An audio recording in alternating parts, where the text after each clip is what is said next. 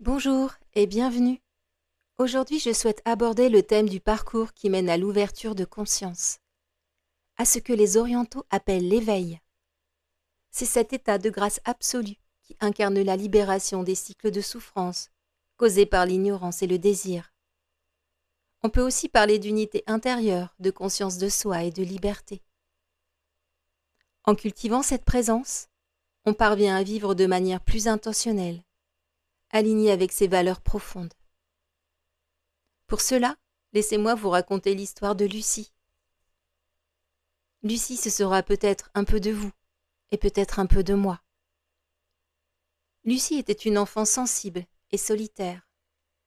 Elle a toujours su qu'elle portait en elle une différence, une particularité, qui l'a souvent embarrassée, surtout par rapport aux autres.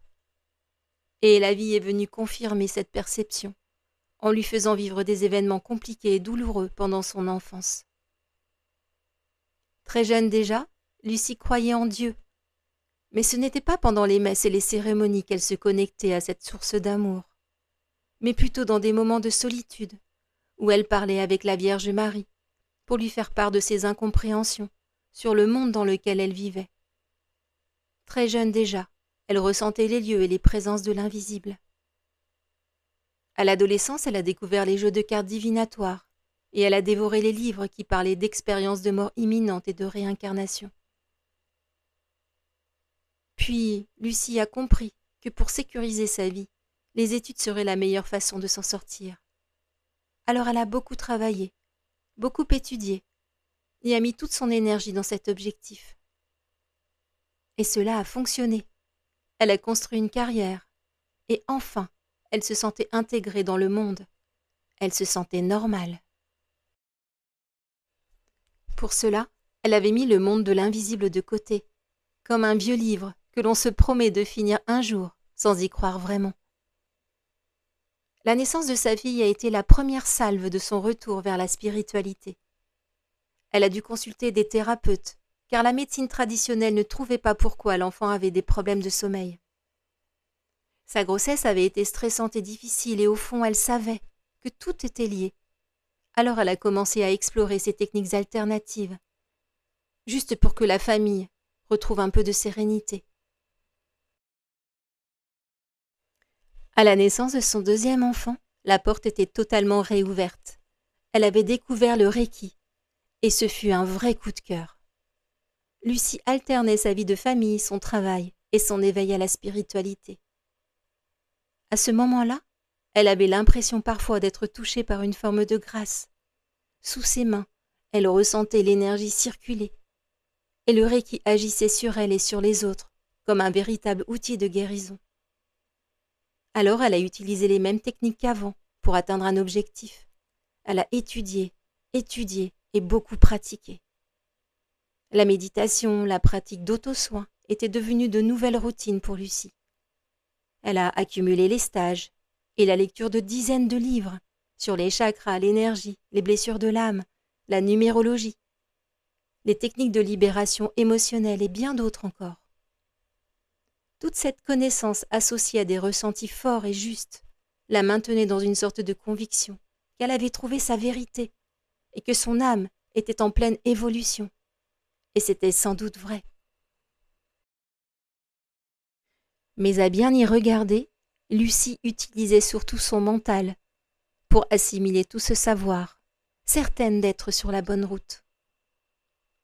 En réalité, Lucie développait son ego spirituel, et c'est une phase nécessaire à tout éveil, du moins pour nous les Occidentaux. Durant cette phase, on est avide de connaissances, de contenus qui viennent nourrir ce que l'on sait déjà, et c'est rassurant au fond.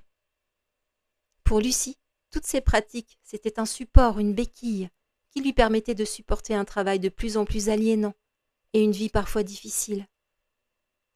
Toutes les fois qu'elle le pouvait, elle s'échappait dans un état méditatif apaisant, dans une lecture spirituelle ou dans un stage pour apprendre une nouvelle technique. C'était grisant, car elle rencontrait des personnes qui vibraient comme elle, qui avaient le même langage et les mêmes aspirations. Au fond, elle avait trouvé une nouvelle communauté qui vivait et respirait autour de la spiritualité, et elle adorait ça. Elle se sentait à sa place. Et c'était juste à ce moment de sa vie. Lucie est restée plusieurs années dans cette quête de connaissances et de ressentis. Et elle a vraiment développé des dons. Mais elle sentait, au fond d'elle, qu'elle n'avait pas tout exploré. Plus tard, la vie allait lui envoyer une épreuve très difficile, qui allait tout faire basculer. L'âme de Lucie a senti qu'elle était prête à aborder une nouvelle étape, moins confortable, mais nécessaire à son évolution.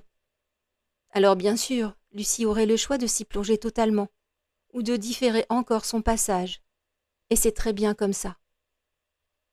Après avoir vécu cette souffrance qui était seulement l'élément déclencheur, Lucie a compris que toute cette connaissance qu'elle avait acquise à l'extérieur, dans des livres et des stages, elle allait devoir l'utiliser pour un autre but, le retour vers soi. Tout ce savoir est précieux et utile s'il est utilisé dans le but de découvrir qui nous sommes vraiment. Sans cette démarche de connaissance de soi, toutes les capacités, les connaissances acquises deviendront des croyances limitantes. Alors, après avoir vécu cette phase d'éveil, qui ressemble à un voyage plein de promesses et de joie, Lucie allait vivre la deuxième phase, celle de la nuit noire de l'âme. Cette étape-là sera longue et difficile, mais elle est le seuil de l'éveil véritable. La nuit noire de l'âme est une phase de déconstruction de l'ego, qui vient mettre en évidence nos blessures et nos traumas, dans le but d'aller éclairer nos parts d'ombre. Cette étape ne sert qu'un seul objectif, revenir en soi, pour savoir qui nous sommes au-delà des voiles de la limitation posée par notre ego. Dans cette étape, c'est le retour à l'authenticité, souvent accompagné de solitude et de ralentissement, qui garantit l'émergence de notre réelle guérison intérieure et de notre connexion à notre part divine. Mais cela, on en reparlera plus tard. Merci pour votre écoute et à bientôt.